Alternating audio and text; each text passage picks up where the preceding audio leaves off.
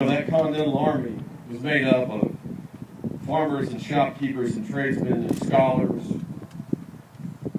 They faced a well-trained British army. It was the best in the world. It was well-equipped. It was well-led. The odds were not in our favor. And what our soldiers made up for was a lack of equipment and a lack of training. But they made up with that through their tenacity, through their dedication, and through their ideals about freedom. Today, America's Army is engaged in nearly 150 countries around the world, with over 95,000 soldiers stationed in forward stations, with 93,000 soldiers deployed. We even have soldiers from here at Fort Leonard Wood deployed today from the 4th Maneuver Enhancement Brigade, 92nd MP Battalion, and the 5th Engineer Battalion. And there are 89 individual augmentees who are deployed from Fort Leonard Wood today. Our soldiers are part of a profession, as are our DA, our Department of the Army civilians.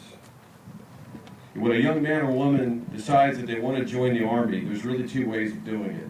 You can be a soldier, or you can be a Department of the Army civilian. But either way, you take an oath.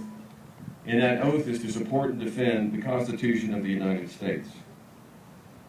America depends on these professionals, its Army, to help with recovery efforts when there's a natural disaster, to defeat enemy forces abroad, and to defend our shores of our homeland.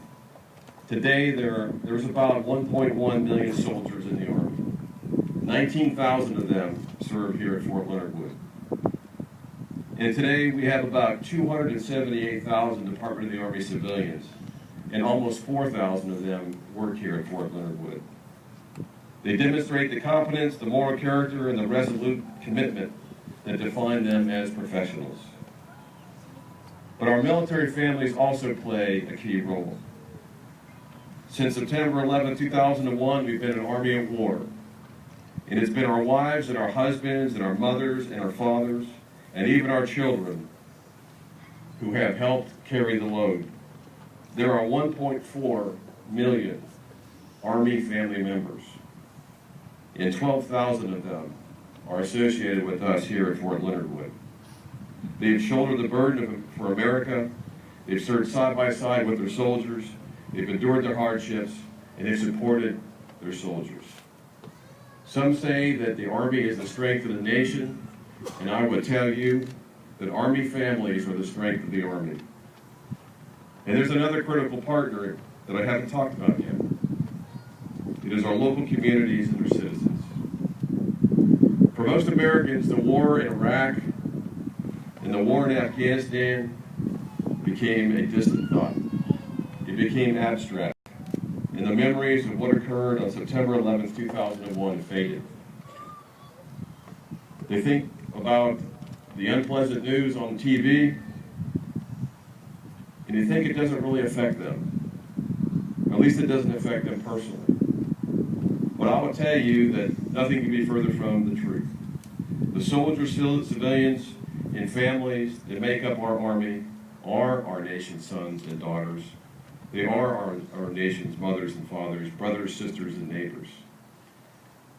The Army is made up of people like Private First Class Matthew England from Gainesville, Staff Sergeant Jeremy Kitzenberger from Weatherby Lake, Staff Sergeant Edward Dixon from Whiteman Air Force Base, that area, First Sergeant Billy Searks from Delta Village, Specialist Jeffrey White from Catawissa, Staff Sergeant Tyler Smith from Licking, and Private First Class Richard McNulty from Rolla. Matthew, Jeremy, Edward, Billy, Jeffrey, Tyler, and Richard, they're your neighbors. They're part of your Army. They raised their right hand and joined the military in time of war, knowing that they would most likely go in harm's way. And we owe them a debt of gratitude, which we can never pay, as they were killed in action this past year defending our freedom. My point is simple. This is my profession. This is our profession. But really, we are you. We are America. This is America's Army. I've been in the Army for 31 years, and I can say with certainty that there is no community, there is no region, and there is no state that comes anywhere close to Missouri and the support our military and families feel here at Fort Leonard Wood. There are 14 community covenants with Fort Leonard Wood. That's more than any other installation in the United States Army. And those covenants are commitments and promises that you and your communities have made to support your Army. And that is an amazing thing. So what I'd like to share with you is a prototype of a sign that we're going to put up at our gates, coming and going in and out of Fort Leonard Wood. And it's a sign that just simply states our relationship with you and the American people. While we are professionals in what we do, we are a part of America, and we are made in America. So this may be our profession, but we want you to know that it's your Army. So please uncover the sign. It's off to your left here. It says simply, your Army, our profession. I would like to thank a couple of organizations that have done amazing work and continue to do amazing work for all of us here at Fort Leonard Wood. The Association of the United States Army, Fort Leonard Wood Chapter, the Committee of 50, Friends of the Fort, Phelps of the Fort, the USO, the Red Cross, many chambers of commerce, many school systems, and the entire university system. And these are just a few. And I'd also like to thank the citizens and leaders of the cities of Crocker and Dixon and Houston and Lakeway and Lebanon and Licking and Plato and Richland and Rolla and St. James and St. Robert and Waynesville. And there are so many other cities that have been so good to the soldiers, sailors, airmen, and Marines of Fort Leonard Wood throughout this region and throughout this state. So as we commemorate the Army's 237th birthday, we also want to say thank you. 11 communities have demonstrated additional support by making proclamations which recognize the Army's 237th birthday. While we will not read all of these proclamations, we will read one of the proclamations. Please read the proclamation. Ladies and gentlemen, today we are honored to receive city proclamations from Camdenton, Crocker, Dixon, Lake Ozark, Lebanon, Licking, Osage Beach, Richland, Rolla, Salem, St. James, St. Robert, and Waynesville.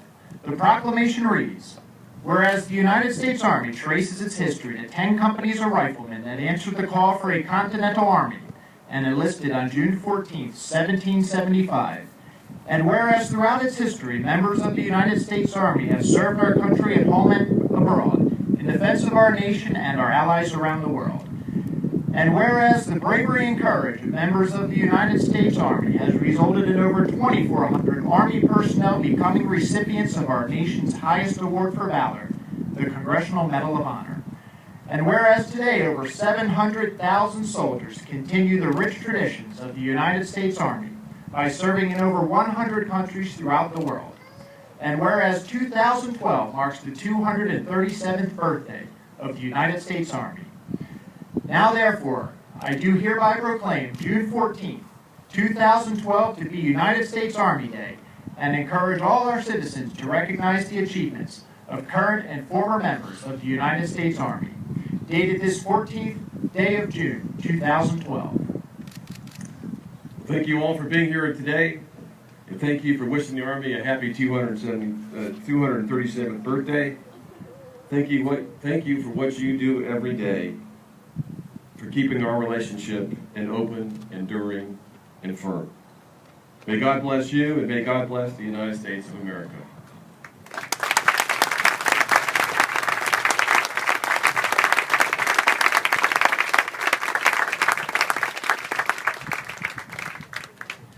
Ladies and gentlemen, please stand for the casing of the colors and retreat.